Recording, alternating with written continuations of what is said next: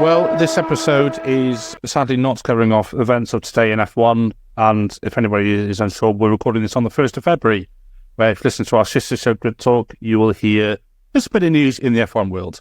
But welcome to Formula Talk. My name is Tom Downey, and joining me today we have Aaron Harper.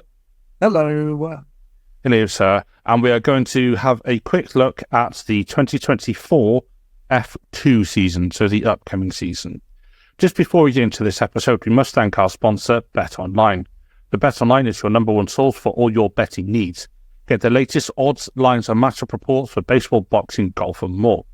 BetOnline continues to be the fastest and easiest way to place your wagers, including live betting and your favourite casino and card games available to play right from your phone.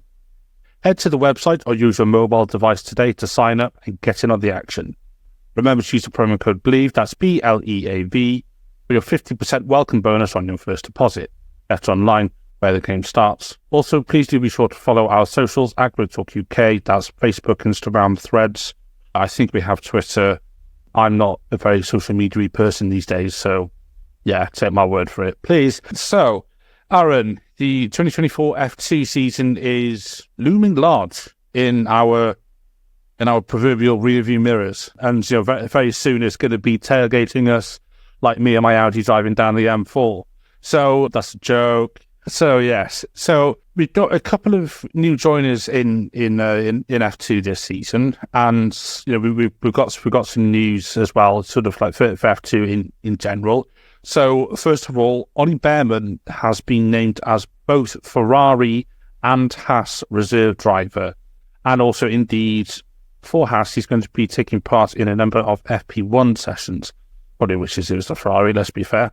I mean, Ollie Behrman obviously, I want to say set F2 alight last season. I think maybe that's stretching a little bit. I think I'm a bit biased because I really like him. I really rate him.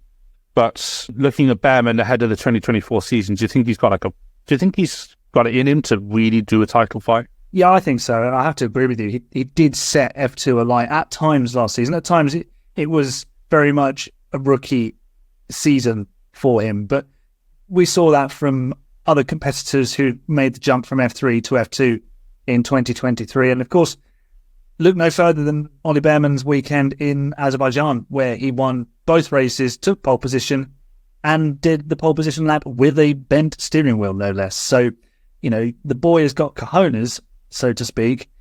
And I think off the back of those FP1 sessions in 2023 with Haas in Mexico and in Abu Dhabi, he's earned some really positive reviews from the engineering team there.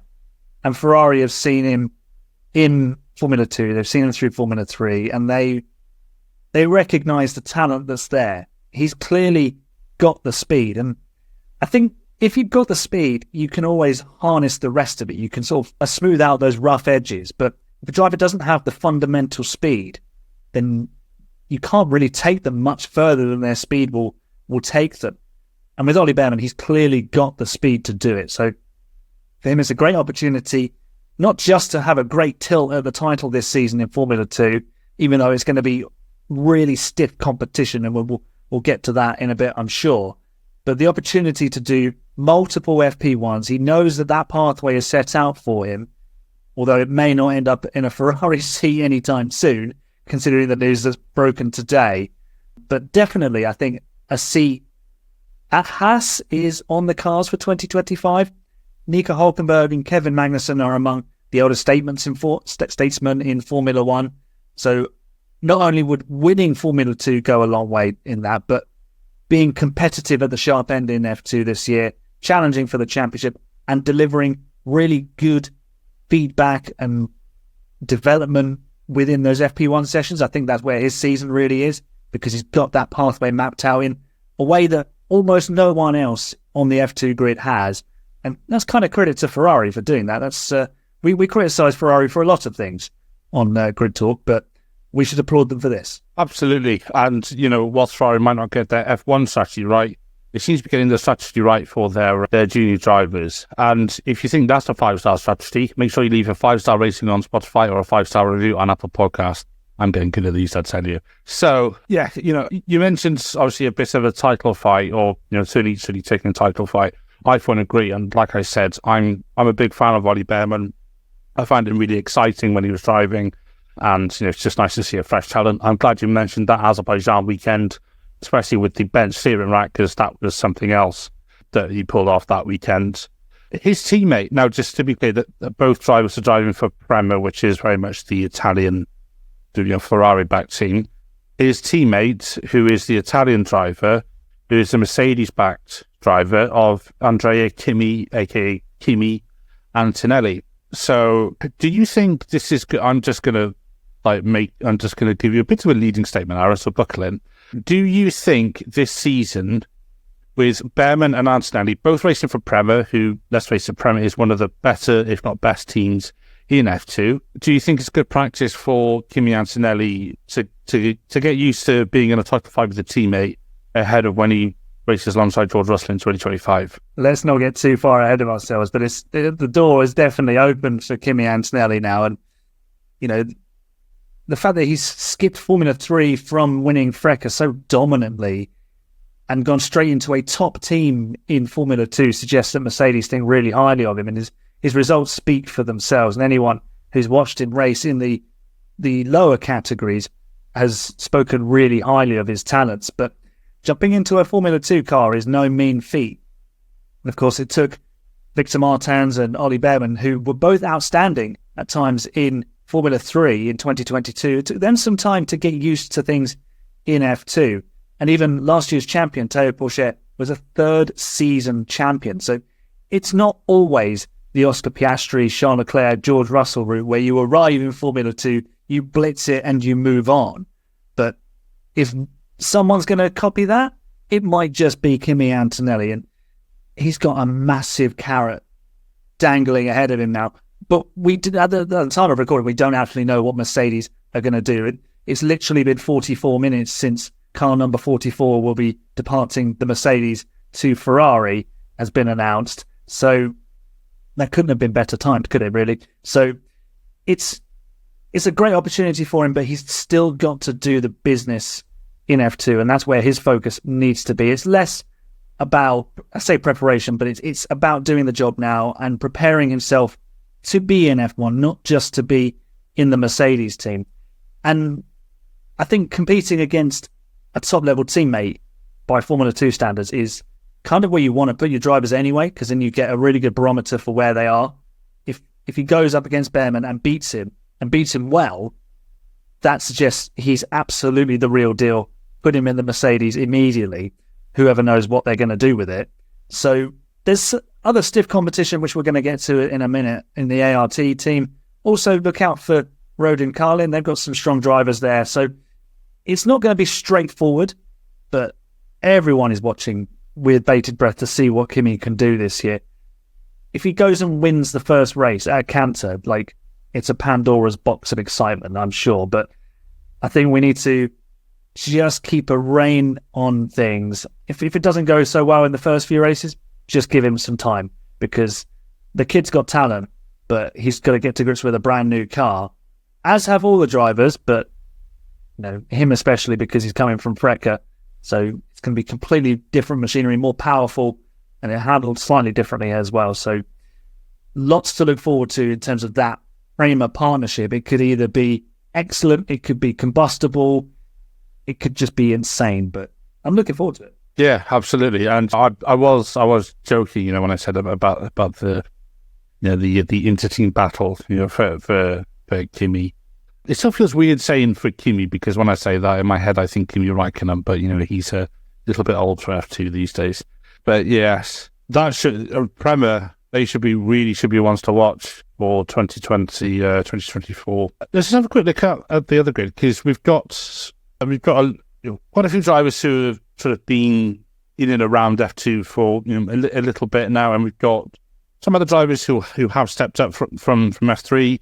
We've got three this year, the sort of standout three, as we could say, from F3 from last year, with Gabby Bortoleto, Michael Colapinto, and Paul Aaron all stepping up to F3 from F2. We also have people like Josh Dirksen racing for PHM, who set I don't even know what thing he was in. He set FRECA Light, finishing a really impressive P19 in 2023. So, of course, the natural step is to go straight into F2. That's sarcasm if you can't tell. Yes, so F2 this year, it's almost like we sort of got to a point where it's like, do we have, some drivers who may sort of move on at the end of the season, regardless of if they're in a title fight? Because if we look at some of the names, so we've got people, just going to throw a few names out there. So we've got Victor Martins, who's been around for a while. Manuel Correa, obviously, has the accident in 2019 and has come back and worked his way back to F2. This will be, I believe, his third full season after the accident, maybe second full season. Dennis Hauger's been around for a little while, and people like Isaac Hadjar, Richard Rashaw as well. The one name that we're missing from that list is Ralph Boschung, because since F2's inception, it's the first time we don't know if he's going to be racing. There's only one seat available. What do you? Well, actually, I'm going to phrase this in a different way. We've got a mix of established heads, if you like, and we've got the sort of young guns coming in. So we've got Anthony Portletto, Colapinto, Aaron, etc. Not you, Aaron. Just imagine breaking news. Who do you think is going to win F2 in 2024? I think the favourite, based on his form towards the end of last season, is Victor Martins. But there are still some inconsistencies that he needs to iron out. ART delivered a car that was just unbelievable at times last season. Like the first two races, they were on pole by 3/4 of a second at both of them. Once with Théo Pourchaire and the other with Victor Martins. So they've definitely got the engineering team to set the car up. And from what I've heard, the cars are mechanically fairly similar to what came before. It's just aerodynamically, they're almost completely different. So mechanically, the car should be relatively straightforward to set up. He's not got as much of a challenge from his teammate in Zach O'Sullivan. And I say that in sort of the context of Zach is an F3 graduate coming into his first season at F2 level. But then so was Victor Martins last season, although he came in as the F3 champion. So, he could try and assert some dominance there, whereas the two Prema boys might be almost egging each other on to the point where they start taking points off of each other.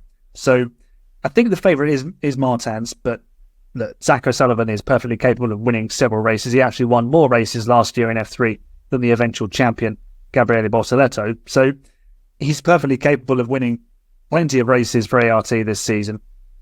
I feel like it's a bit of a stacked grid because there's so much talent in the top teams. And, we can almost point to drivers like Dennis Hauger, who's threatened to be a star in F2. It just hasn't quite come together yet. And of course, I mentioned Bortoletto, reigning F3 champ.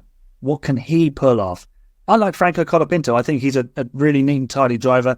MP Motorsport have shown that they can win races and deliver even at championships. So, it does, I think, come down to the team, getting it right with the driver. But we can't really look too much further than ART and Prema for straightforward championship options. Martins, Behrman, Antonelli will all go into this season with their eyes on the big prize, but don't count out the likes of Miata or Maloney or Bortoletto or Hauger.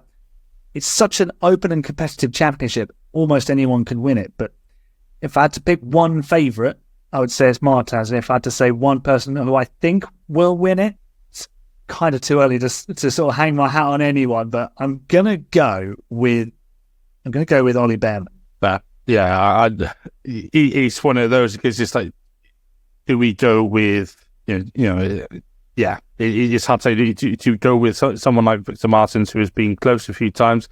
And if you look at Victor Martins' sort of history, 2019 Renault Cup second, 2020 he won Formula Renault Euro Cup. I said Renault Cup, I meant Euro Cup.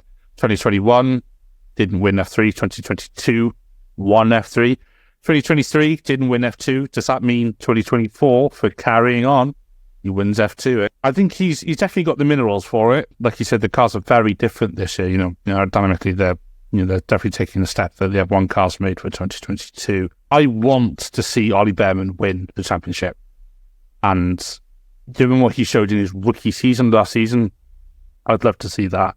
I'd love to see him take one of the seats at Haas for the 2025 F1 season. And that is a lovely segue to my next question. Of the drivers who are on the 2024 grid for F2, and bear in mind the news we found out today, who do you think if anyone, could or will be promoted to F1 for 2025? I think the obvious answer is, like you said, Ollie Behrman. There could be a space open at Haas if Hülkenberg or Magnussen move on. So there's that possibility, because Ferrari, I'm sure, if Behrman finishes in the top 2, they'll want him in a Formula One seat. You can't look much further than Haas. Whenever you think of the team, it's obviously going to be good experience good experience. It'll be experience at Formula One level for Ollie Behrman. Whether it's a good experience or not, it's a different question. But, I mean, he'll be getting Formula One level experience. But also, with the Mercedes situation now, then suddenly having an open seat just blows the entire driver market wide open for 25, not just in Formula One, but also in Formula 2, because, they could promote Antonelli. They could take the risk. McLaren did it in 2007 with Lewis Hamilton, and look how that paid off. He should have won that world championship. He didn't, but he was unbelievable, and he showed that he was ready. Max Verstappen went in at Red Bull second season, probably could have gone in there first season and done a very, very good job. He won on his debut for the team, and look at the success he's gone on to have. Bear in mind, Max Verstappen didn't even do Formula 2, or as it was then called, GP2. So GP2, yeah. It's definitely possible for a lot of these drivers to go on and be in F1, but there's just going to be limited number of seats. Sadly for Victor Martins, I think Jack Doohan is ahead of him in the Alpine queue, but they have a history of not actually getting things right with their junior drivers. Do they? Gasly, yeah, shock horror. And also Gasly and Ocon seem pretty locked in. And yeah, I think they'll keep them around for a little while, unless one of them moves on to Audi or a space opens up. It all does hinge really on the F1 market, of course, but they're the 2 or 3, I think, that are most likely to make the jump. There's no one else that really stands out to me. Maybe Isaac Hadjar to AlphaTauri, but then you've got Liam Lawson waiting in the wings as well. But I don't know if Zane Maloney's just joined the Stake Sauber Academy, so maybe he gets a shot at Audi, potentially, if they don't take Porsche, but I find that very difficult to believe. But again, that's 2026. So yeah, there's not many options to getting into Formula One. And, I was speaking to Alex Brundle towards the end of last season. He likened it to being on Takeshi's Castle, where you run up against a door and you're not sure if it's open or not. And it is a little bit like that. That was a great way of summarizing trying to get onto the F1 grid. And all of these F2 drivers are banging on the door as loud as they can. But how much people hear them behind those doors, these metaphoric doors, all depends on how well they perform on track. Yeah, and we have seen it before where, like you said, Alpine definitely dropped the ball with some of their junior drivers. I don't know what Jack Doohan's doing for 2024. It looks like he's not going to be in F2. I haven't heard anything. I'm not aware of what he's doing, but he's going to be doing reserve duties for. I've got a feeling. Yeah, I've got a feeling his Oscar Piastri style tweet probably. Yeah, give it 6 months and we'll say, I understand it without my consent. Yeah. Oh, imagine. Yeah. But, also, Ferrari, they kind of missed the boat a bit with Callum Ilott and Robert Schwartzman because they didn't have room. So, you hope that they will learn from mistakes past. Like you said, I think Behrman going to Haas, whilst, Haas might not be the most competitive on track, obviously Haas are having their own changes. They're having a change of leadership, at the top with multiple positions. It could be the start of something good for Haas if they have a young gun in like him alongside an experienced head, say like Hülkenberg for a season or 2 or K-Mag for a season or 2. I'd say Hülkenberg's the best driver, to be honest. I think if they do, although Max has got a podium, if they, that could do wonders for that team and do wonders for Behrman, who will be cooked and stewed nicely until Hamilton retires, because he'll do minimum 2-3 years at Ferrari, I would say. So, so we could be looking at like a 2027, which is bad when you think about it, but it's actually not that far away, which is even more scary. We could be looking at Behrman into a prime, if you want to call it that, F1 seat at that point. Yeah, I mean, in terms of people who graduate to F1 from here, I would be surprised if both Prema drivers especially if Behrman wins the championship, I would be surprised if they don't both go to F1. Kimi and Stelly, Mercedes have got their own sort of questions there. Do they put in Williams for a year or two, depending on how Logan Sargent does? Would Williams be okay with that? I mean, I don't think they have that much of a choice sometimes, really, because of the partnership with Mercedes. Mercedes take a punt and put him straight into the seat alongside George Russell. Who knows? And then you have Behrman. We don't want a Piastri and what I fear is going to happen to Drugovich type situation, where he will spend 2 years on the sidelines, and then it's just these drivers want to drive. They don't want to sit on the pit wall and watch people driving around in the cars that they could be driving well in. But unfortunately, Daddy's son is driving around in that car instead. I'm not naming any names. So sorry, I got a nasty cough. So it's it's just I think this is probably a wider conversation around that sort of F2 transition into F1 anyway. We talked about it before. We will release that episode at some point. That was after Qatar last year. I've still got the recording. So that'll be an episode in itself. Yeah, I would say Behrman and Antonelli sort of fairly nailed on. As for everybody else, I think we're almost too early, too early in the season. I think we need to see what's happening with silly season in F1 first, because it's already started. We need to see who's going where, who's doing what, because you've got to think about where's Carlos Sainz going to go in F1. Where's he going to go? Is he going to boot someone out? Depends what happens with the Mercedes seat, all the rest of it. So I would be surprised if both Prema drivers didn't go to F1 in some capacity. So Was that a point for me to pick up on, or it can be? Yeah, I wasn't sure if that was supposed to come in there.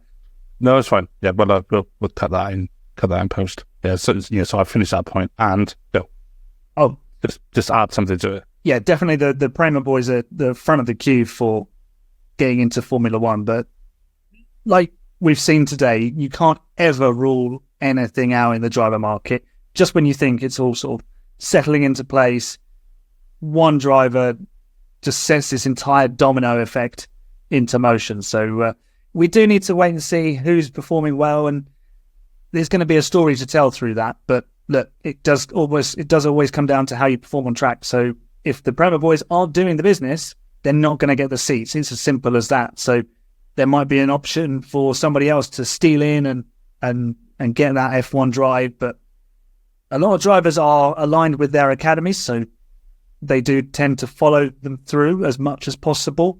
And unless there's no room in the inn, then they move on. But we'll have to wait and see.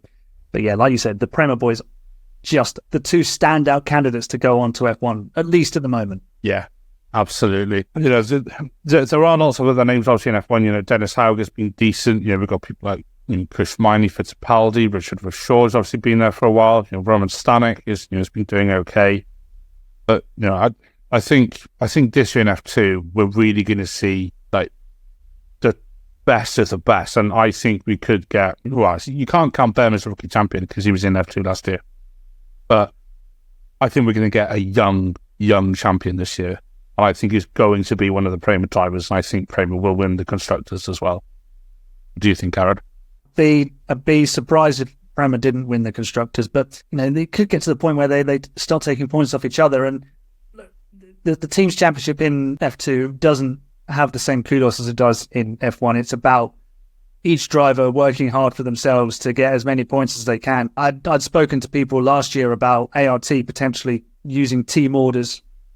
I think the two, Martins and Porsche, had a bit of an incident in Budapest, and I had a discussion with some people about it. And it kind of splits opinion. Yes, team orders can be useful, but they're not really well liked, especially in Formula One, and they'd be even less well liked in Formula 2, where it is really drivers getting into those seats, a lot of them paying for those seats. But I think there's also a place for it. So it's down to the team, I suppose. But you're looking at the balance of the two of the teams. ART are going to be strong, but is Zach O'Sullivan going to be able to score enough points?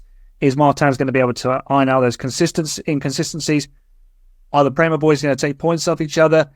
Maloney and Miata going to be strong enough? Of course, Miata the reigning Super Formula champion, coming across. How's he going to adapt to this? There's a lot of question marks over this. And, you go down the order and you see some good drivers, but then you just wonder, are they in the right environment to challenge for the Drivers' Championship? And is the team in the right position to challenge potentially for the Team's Championship? But, if a team gets on a roll in Formula 2, it can be very difficult to stop them. Exactly, yeah. And it's going to be an interesting season. And, I certainly, for one, looking forward to what unfolds. It's going to be quite something.